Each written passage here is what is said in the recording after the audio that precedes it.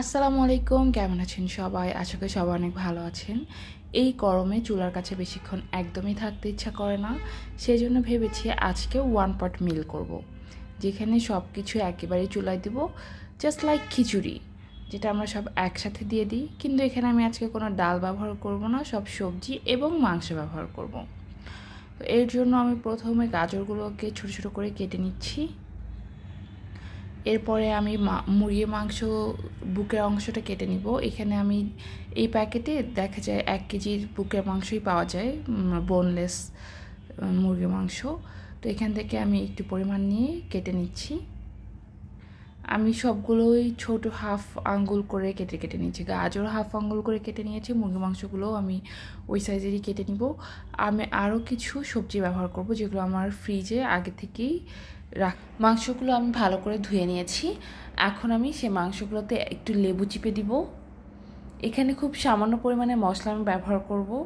এরপরে দিয়ে দিব কালো গোলমরিচের গুঁড়ো, তারপরে দিব সয়া সস, এরপরে দিব লবণ আর অল্প একটু লাল মরিচের গুঁড়ো দিয়ে শেষে দিব আদা রসুন বাটা দিয়ে এটাকে ভালো করে আমি মাখিয়ে নিব। কারণ এই ম্যারিনেশনটা হওয়া খুবই জরুরি।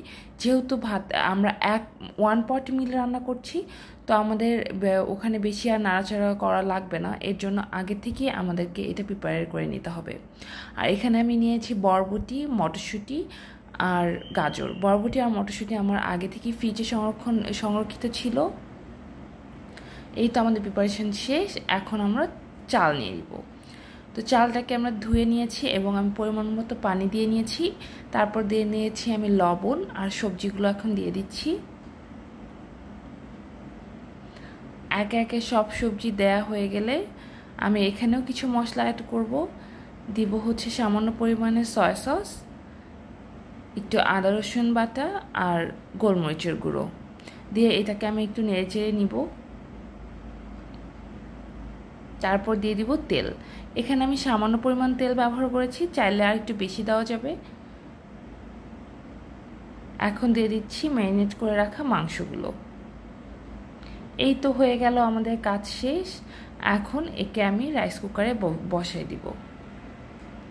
আর কোনো টেনশন নাই, যখন পানিটা কমে আসবে তখন আমি আর 4-5টা মরিচ, কাঁচা মরিচ এখানে দিয়ে নিচ্ছি, তাহলে ফ্লেভারটা অনেক সুন্দর আসে। দিয়ে ঢেকে দিব। হয়ে গেল আমাদের ওয়ান পট মিল। খুবই ঝটপট, জাস্ট ভাত হতে যে সময়টা লাগে এই ওয়ান পট মিলটা হতেও অতটুকুই সময় লাগে। আল্লাহ হাফেজ।